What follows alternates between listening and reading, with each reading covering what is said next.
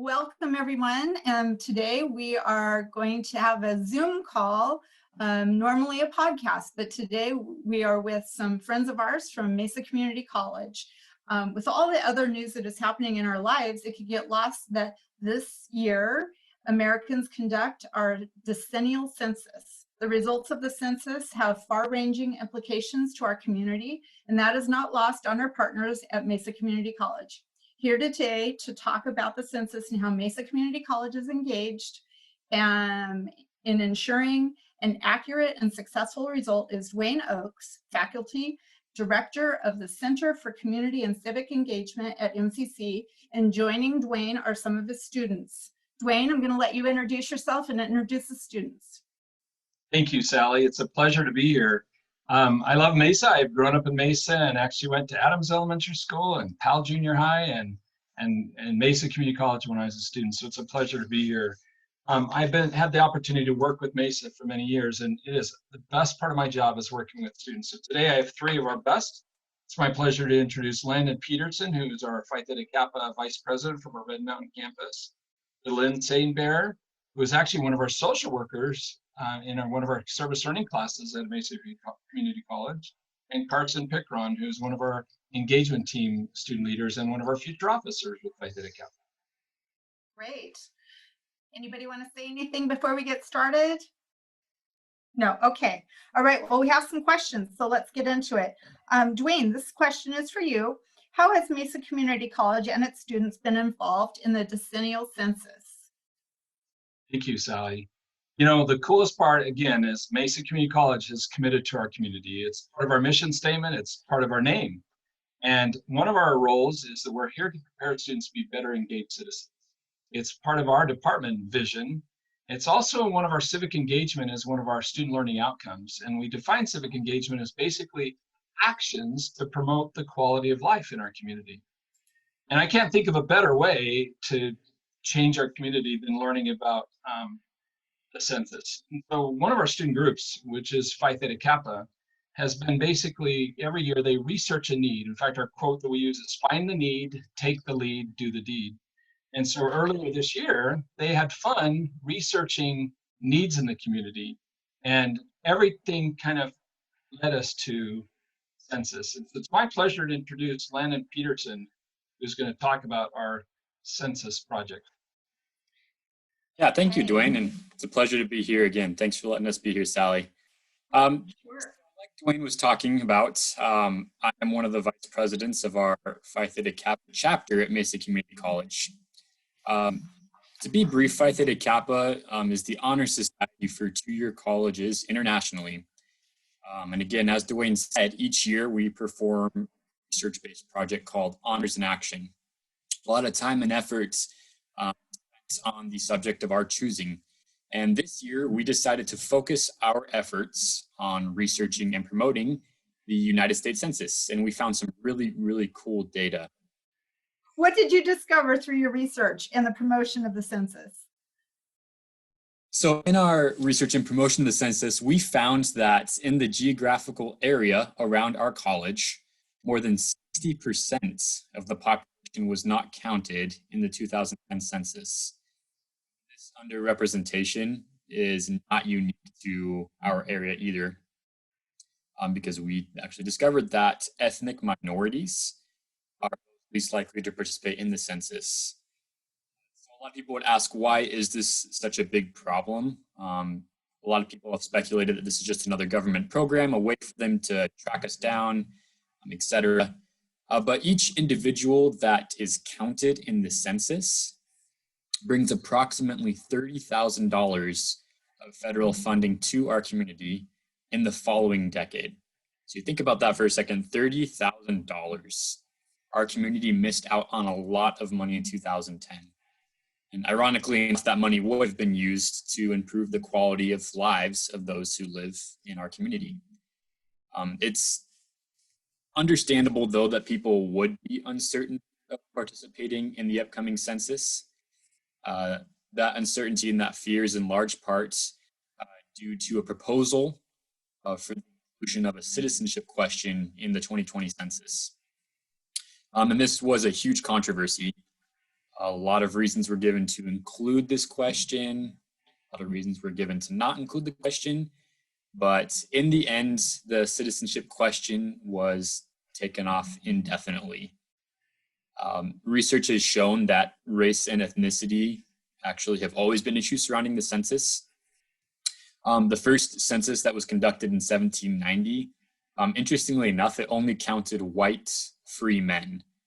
So this lack of inclusion has resulted in, understandably, some mistrust towards the census, making people feel left out. So again, I can't emphasize enough that there is absolutely no question about citizenship on the 2020 census. But like I said, this talk about this question still brought a lot of fear within, especially the ethnic minorities in our area. There's a lot of undocumented workers that feared the government would use this information found in the census, maybe for deportation purposes or other means. But I can personally promise anyone that if they fill out the census, it will only have a positive effect on our community and family. It helps facilitate important aspects of our lives, like Pell Grant funding for college students, adoptions, highway safety, Section 8 housing, and tons more. And my fellow students over here are going to go into a little more depth on what the census funding is used for. But know that in our research with Honors in Action in Phi Theta Kappa, we found that the census unequivocally helps out families and individuals in their communities. So that's what we found through our research.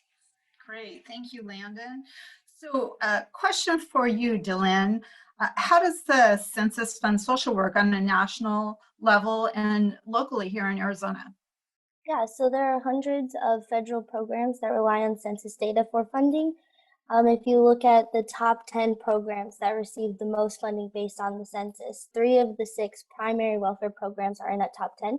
Those programs are Medicaid, Supplemental Nutrition Assistance Program, or SNAP, which is formerly known as food stamps, and then Temporary Assistance for Needy Families, or TANF. And the number 1 program on this list is Medicaid. And based on the census data from the 2010 census, Medicaid received almost $312 billion in funding. The number 2 on the list is SNAP, and they received $71 billion worth of funding. And number 7 was TANF, and they also received $17 billion of funding. So some of the money that goes to funding Medicaid nationally will come to Arizona and cover those who are eligible for Medicaid here. Arizona's Medicaid is called Access, and it covers almost 2 million Arizonans and is the second largest healthcare insurer in the state of Arizona, right behind receiving insurance from a person's employer. So in addition to Medicaid, SNAP is another welfare program that's heavily used here. Roughly 1 in 4 children will live under the federal poverty line in Arizona. This compared to the national average of 1 in 5 children. And approximately 1/3 of the children in Arizona will live in a house that will receive SNAP benefits at some point. So I know welfare programs are a very controversial subject, but these are programs that millions and millions of people need.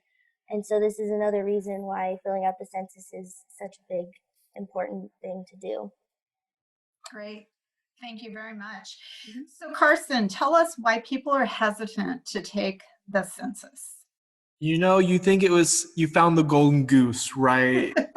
Landon and especially Dylan talked about the amazing benefits that the census have, but unfortunately, it is not part of our culture to talk about the census. And I believe truly that the number 1 reason why people hesitate to participate in the census is merely the fact that they have no clue what is going on. All they know is that it's the federal government taking their personal information, which is very scary, right? It's the same as a child, I was completely scared of the dark because I had no clue what was there. And because it was a blank canvas, I created monsters and boogeymen and monsters in the bed. And so it's the same concept with the census is all we know is that they're taking our information, and in an information age that we are in with Facebook and email accounts and all of these scandals of using people's private information for illegal activity, a lot of people are very worried about how is their information going to be protected.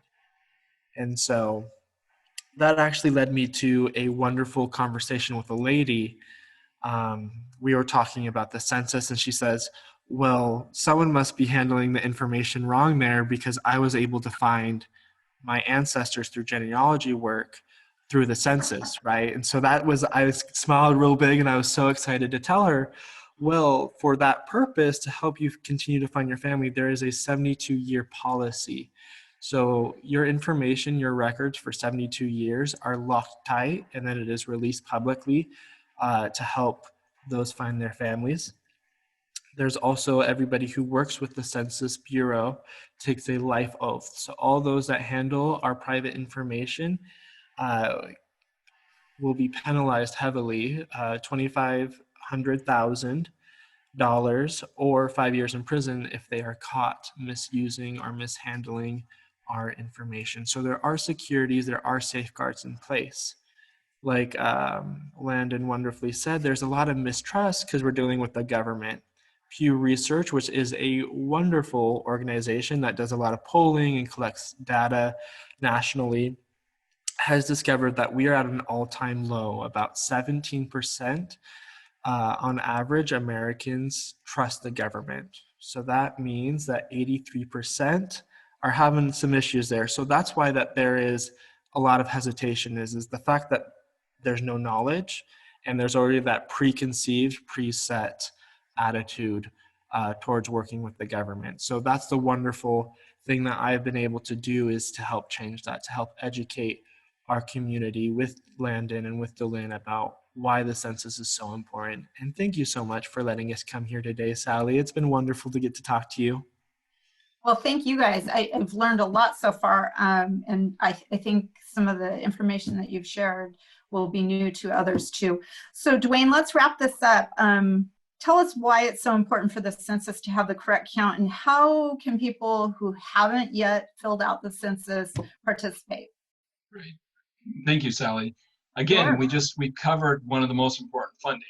We're talking about millions and millions of dollars that will directly impact every single one of us, and every single one of us use it. And so it's really Right. important that we participate in it. But there's also another really important one, is that this also will determine our congressional seats in Washington. We are really close to getting one more congressional seat.